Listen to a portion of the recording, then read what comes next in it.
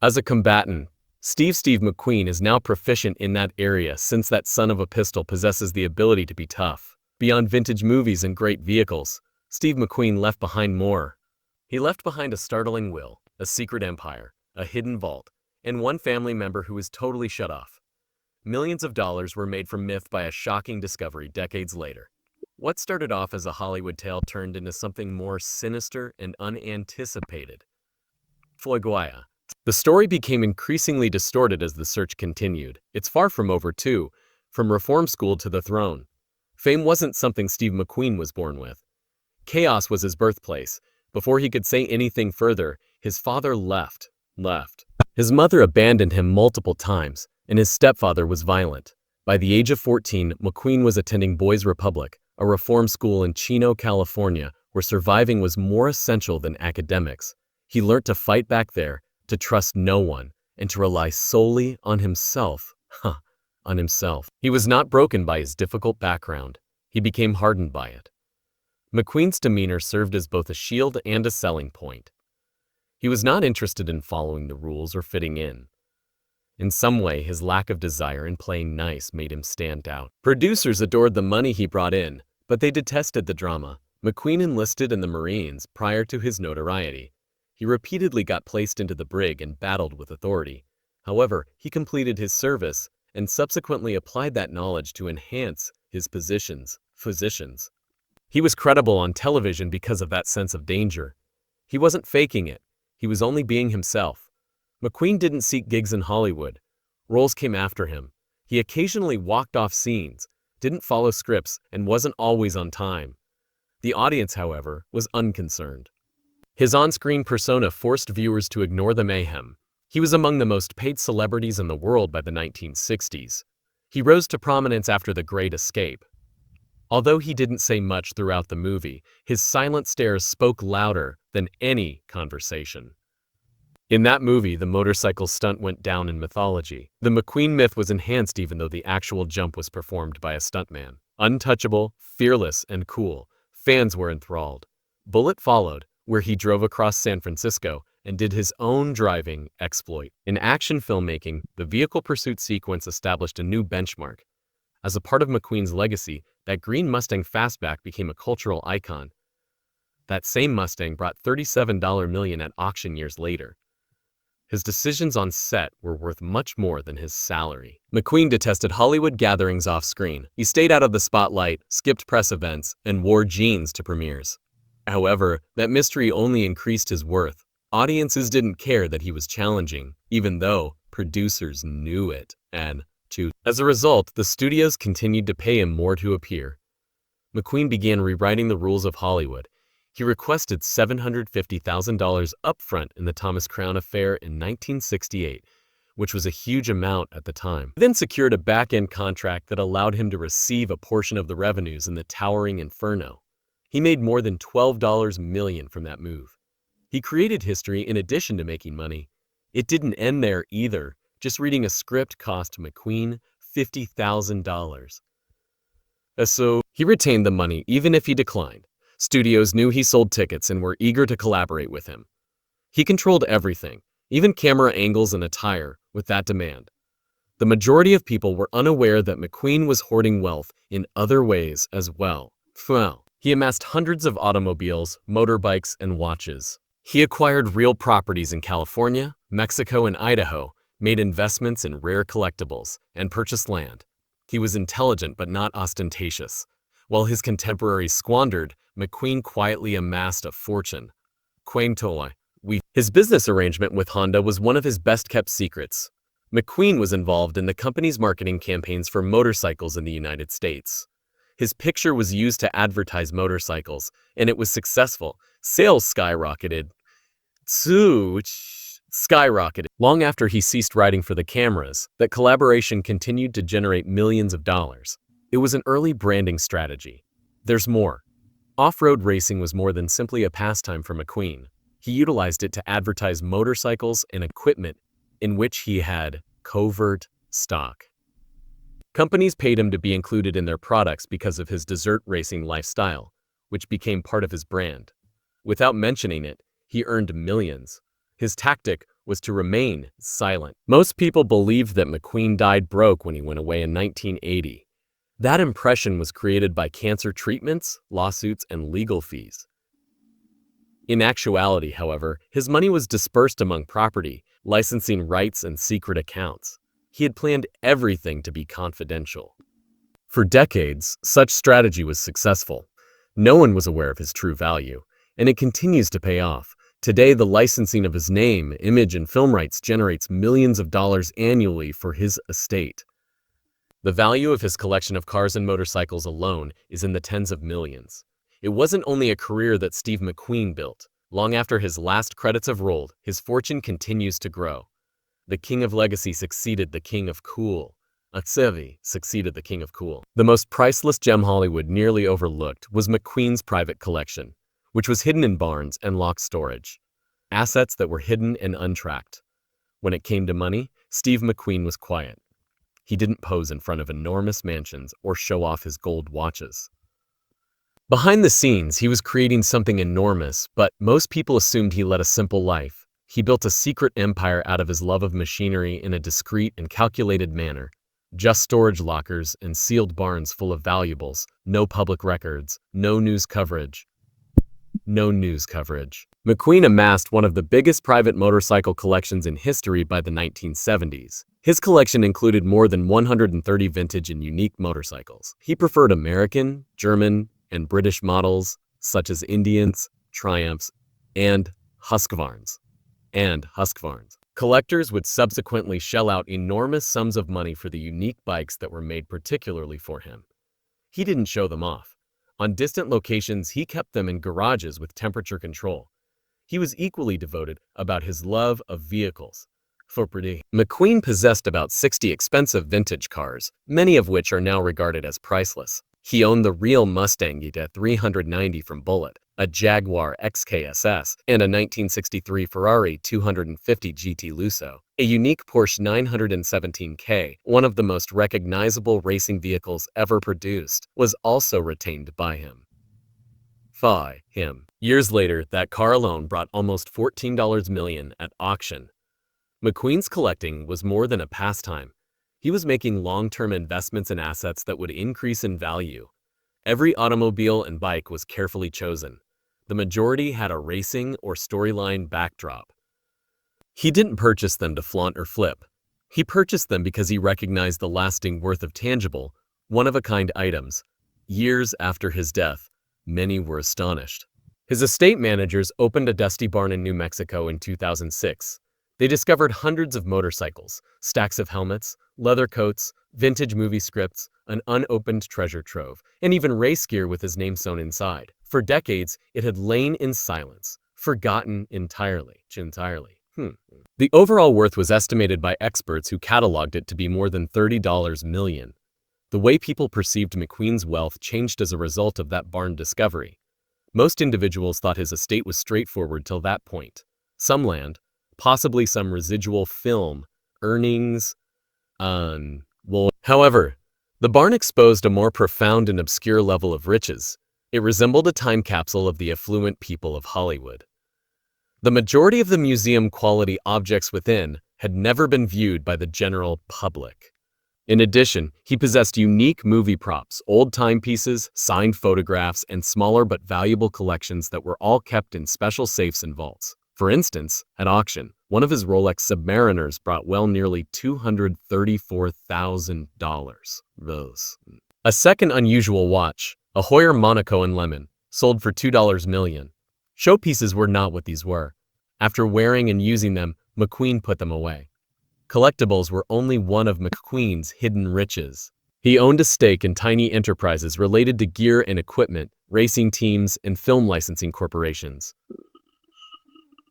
One of his more discreet transactions was with a desert racing company that paid royalties to his estate directly and promoted him using his image, Husein. In a few of his film contracts, he also included profit-sharing clauses.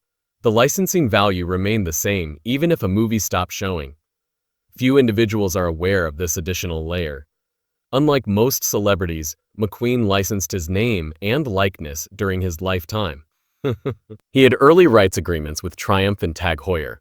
Even though they were modest at the time, these transactions helped his estate make significant profits decades later. Businesses still pay to utilize his name, picture, and old film now. Today, the passive income generates millions of dollars annually. McQueen didn't produce something that was obviously wealthy. Wealth was ingrained in it. It sat there accumulating value, but it was invisible from the outside. Each vehicle, contract, and dusty overcoat in that barn had a story to tell. He did not create an ostentatious empire. He constructed a covert one, and it proved to be far more worthwhile. He even made well-considered real estate decisions. He didn't reside in Hollywood's heart. He possessed secluded homes in New Mexico and California. Some were big ranches perfect for keeping planes and motorcycles. Others were simply peaceful retreats. These areas also served as storage spaces for his collections, which were kept secret, well-guarded, and never displayed to the media. McQueen also gathered vintage film reels of his performances, which was an additional surprise.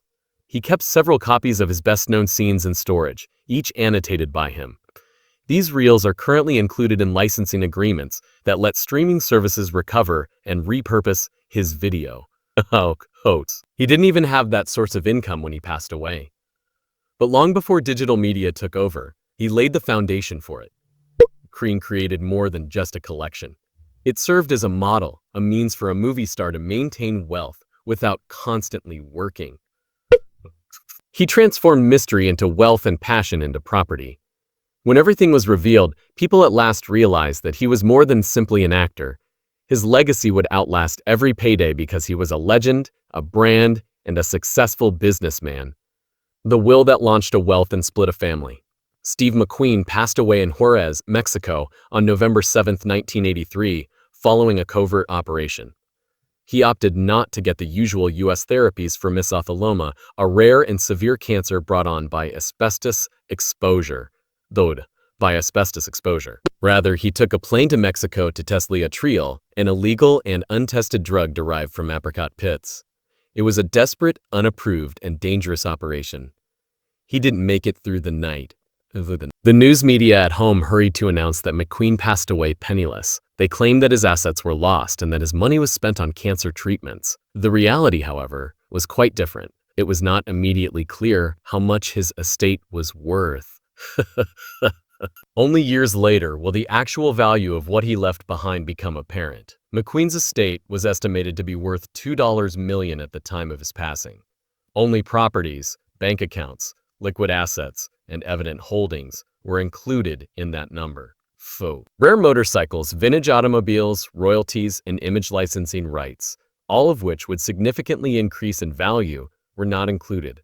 The extent of his possessions was unknown to his squad. It took years after the probate for many assets to be recorded. Just about 2 years before his death, in January 1979, he drafted his will. His children Terry and Chad were designated as the main heirs. Neil Adams, McQueen's ex-wife, was left out entirely. His companion at the time of his death, Barbara Minty, received a small portion of his personal property, but not a sizable portion of his wealth. Many were taken aback by such choice, particularly considering that they were supposedly engaged. The will's most contentious provision excluded any unidentified or future offspring. This implied that anyone would be rejected outright if they later came forward to claim to be his child. Shortly after, a woman sued McQueen, saying her son was hers. She claimed to have proof and requested a portion of the estate, but the court rejected her request for proof. Even more unexpectedly, Ed Hook Stratton, McQueen's attorney, said that 2 further paternity allegations were never made public. These were handled in private and in silence. No monetary settlements were revealed, and they never made it to court. The fact that those claims existed indicated that McQueen's legal team anticipated disagreements. It was ingrained in his will to close those doors early. His collection created even another legal complication. On paper, some of McQueen's cars, motorcycles, and collectibles weren't directly associated with him. As a result, it was unclear who truly owned what. To confirm authenticity, his family had to collaborate with appraisers and collectors. In certain instances, they used private sales and auctions to retrieve misplaced items. The estate's value increased by millions during that years-long procedure. His son, Chad McQueen, made a lot of decisions about branding and licensing. To preserve his father's reputation, he collaborated with businesses, authorized items, and repaired automobiles. His daughter Terry McQueen handled other estate affairs prior to her untimely death in 1998. Her daughter, Molly, then inherited her portion. Even though she wasn't a significant successor, Barbara Minty helped spread the word about McQueen and became a prominent figure associated with his legacy. McQueen left behind a special asset: his right to notoriety. Oh no. This is a reference to his name, image, and likeness being legally controlled after his death. Not all celebrities had it secured at the time. McQueen did, and that one right turned into one of his estate's most valuable assets. More money is made today from licensing agreements that use his image than from his films ever did. The estate expanded well beyond the original projection over time. Auction sales, license deals, and the New Mexico barn discovery increased the worth to tens of millions. But Forbes named McQueen one of the highest-paid deceased celebrities in 2015 alone. Branded items, racing events, and advertisements all included his image. His descendants are still receiving that money. Behind the scenes, there were also silent court cases. Some focused on the royalties from movies such as The Great Escape and Bullet. Others included possession of certain items of memorabilia that had been borrowed but not given back. The estate devoted years to locating artifacts and protecting McQueen's reputation from misuse. Every triumph enhanced the brand's worth and safeguarded it. One little-known fact is that McQueen intended to establish a museum prior to his passing. He wanted a single location to display his motorcycles, racing equipment, and movie memorabilia. He had already started to arrange things for exhibition. Although that desire was never fulfilled, pieces from his collection have been shown in temporary exhibitions all around the world. His name continues to gain recognition and licensing value as a result of these displays. Fame wasn't all that Steve McQueen left behind. Decades later, entire enterprises were recreated thanks to the powerful brand he left behind. No one anticipated the licensing empire. Steve McQueen's fame gradually diminished after his death in 1980. New storylines, new styles, and new stars took the world by storm. However, something unexpected started in the background. His face, his manner, and everything he stood for were all valuable to brands, and they began to profit greatly from it. In the 1990s, the licensing market was booming. McQueen's image was ideal for the thirst for vintage icons. He was more than just a famous actor. He stood for toughness, coolness, and traditional disobedience. Businesses sought to sell that, and McQueen turned it into a covert tool. Fashion was the first major wave. Barber created a $40 million campaign out of a single image of McQueen sporting one of their jackets. It was no longer just clothes. It was a way of life. One of the most successful still photos in marketing history was that one.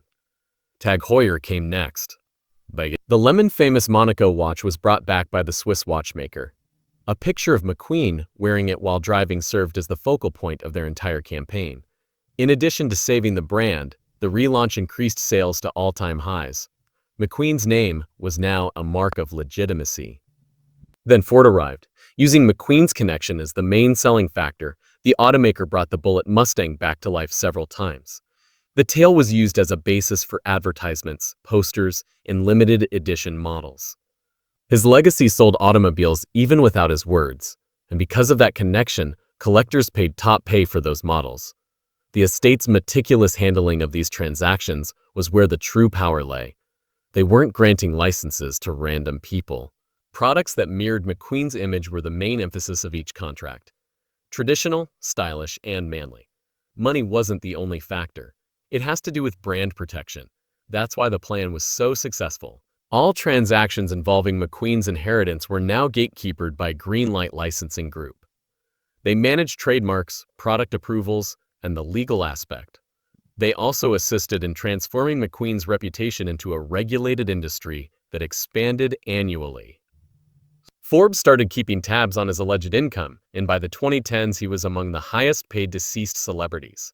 Steve's son, Chad McQueen, was a key player. He sued businesses that were abusing his father's name and ensured that counterfeit goods were barred. man. He also contributed to the development of fresh licensing initiatives that honored the heritage. His choices were purposeful rather than sentimental.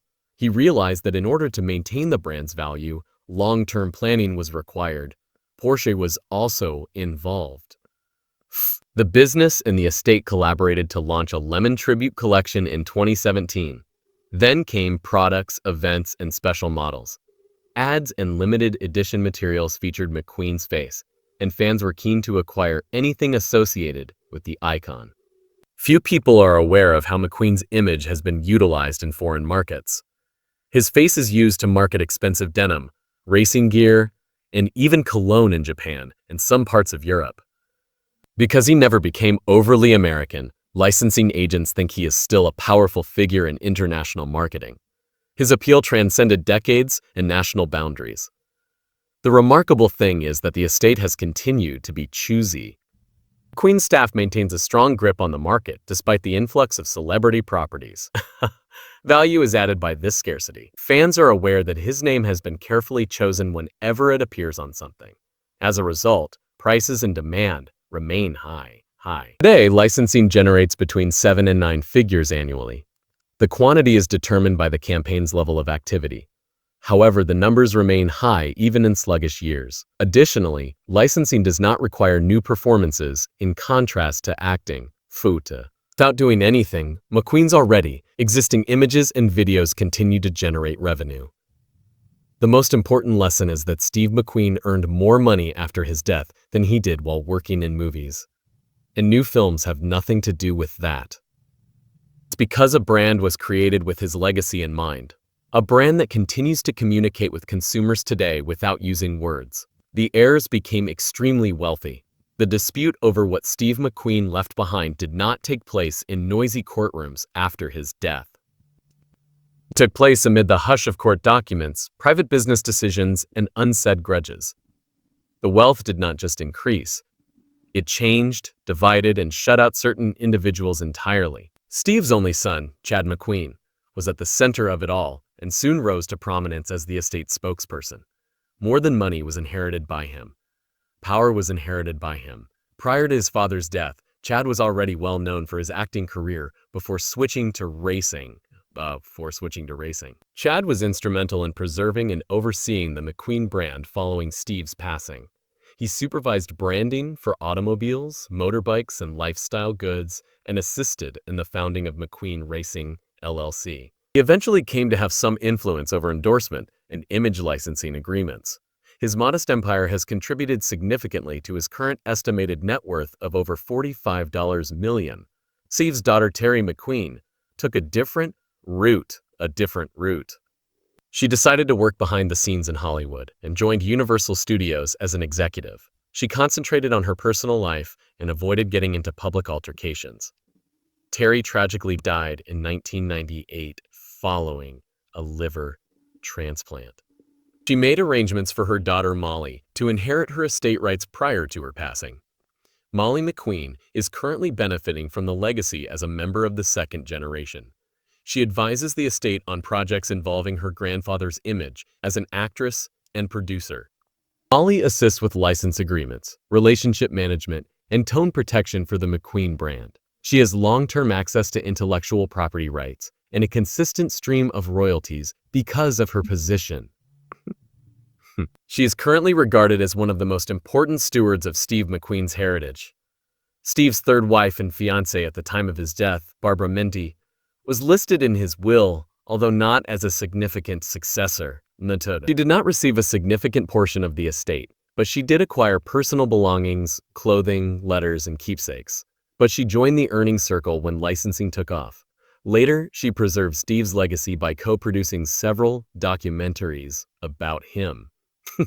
Her best-selling book, Steve McQueen, The Last Mile, increased revenue from the brand's growth. Barbara was later included in several royalties arrangements, albeit she initially received very little. In order to maintain her public image, McQueen was allowed to provide project consultations. This gave her the opportunity to receive back-end revenue from certain marketing. Even though she currently has less money than Chad, she still has a say in how his legacy is portrayed today. entity. Then there is Neil Adams, the mother of Steve McQueen's 2 children and his first wife. No money, property, or recognition was left to her in the will. She talked candidly about her part in Steve's early career for years. She said she supported him during his darkest years, helped establish his reputation, and connected him with influential individuals. According to Niall, she was wiped out of history. That resentment is evident in her memoirs and interviews.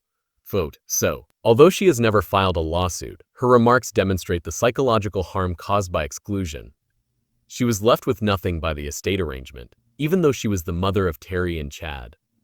One of the most disputed aspects of McQueen's will is still her exclusion. One individual, however, is even more invisible, a man whose name was never in the news. While filming overseas in 1969, Steve apparently had a brief affair. The mother said her son was Steve's child years later.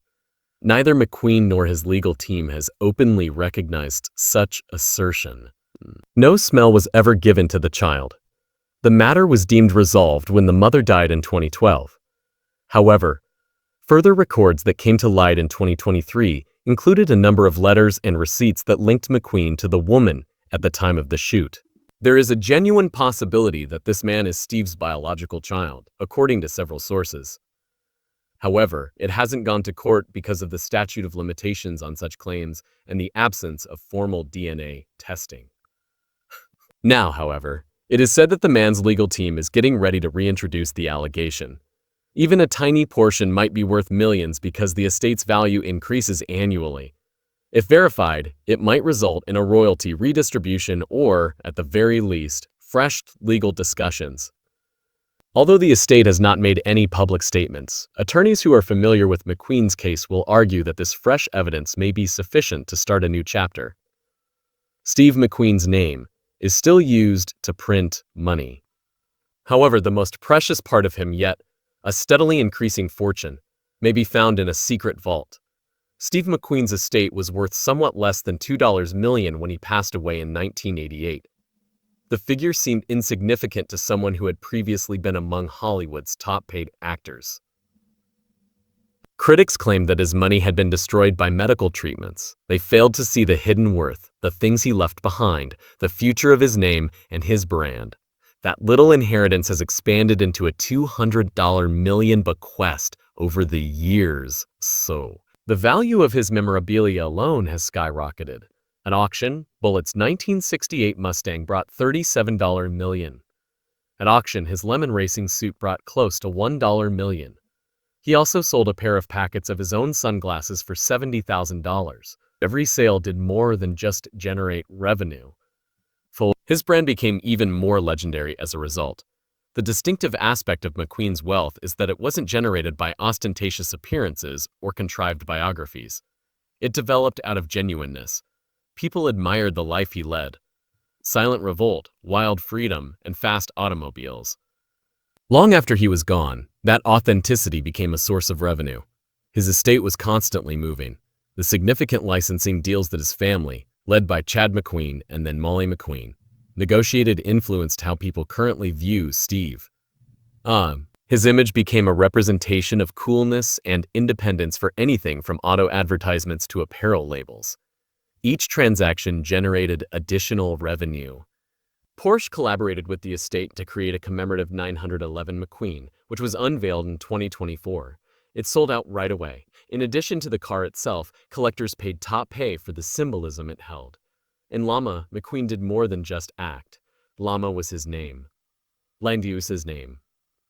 That relationship is still invaluable. Once his own haven, his former ranch in Idaho is now a remote family home.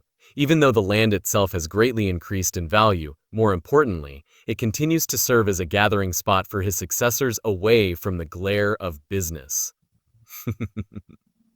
It's a silent reminder of his true self and one of the few locations unaffected by branding. However, one aspect of his legacy remains shrouded in doubt. A final storage vault is still there, undisturbed, unopened, and full of unknowns, according to insiders close to the estate.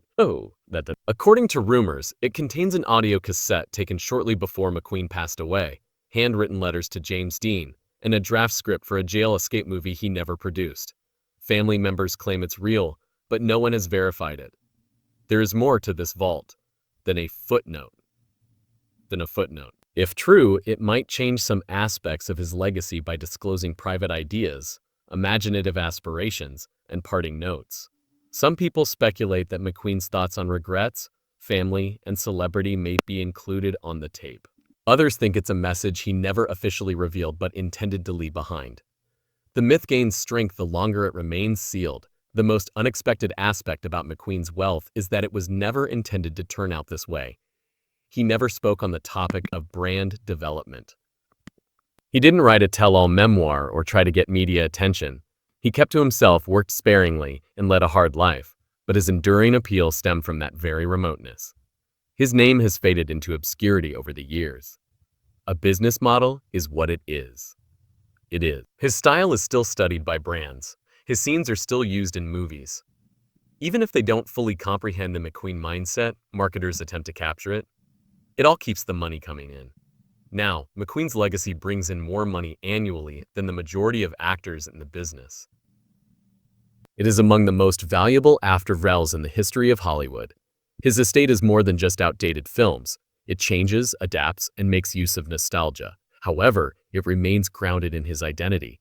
Real, silent, and tough. Collectors continue to search for memorabilia, businesses continue to strike deals, and fans continue to find fresh images. The final huge enigma is still the vault. It's the last component to a decades-long puzzle, though.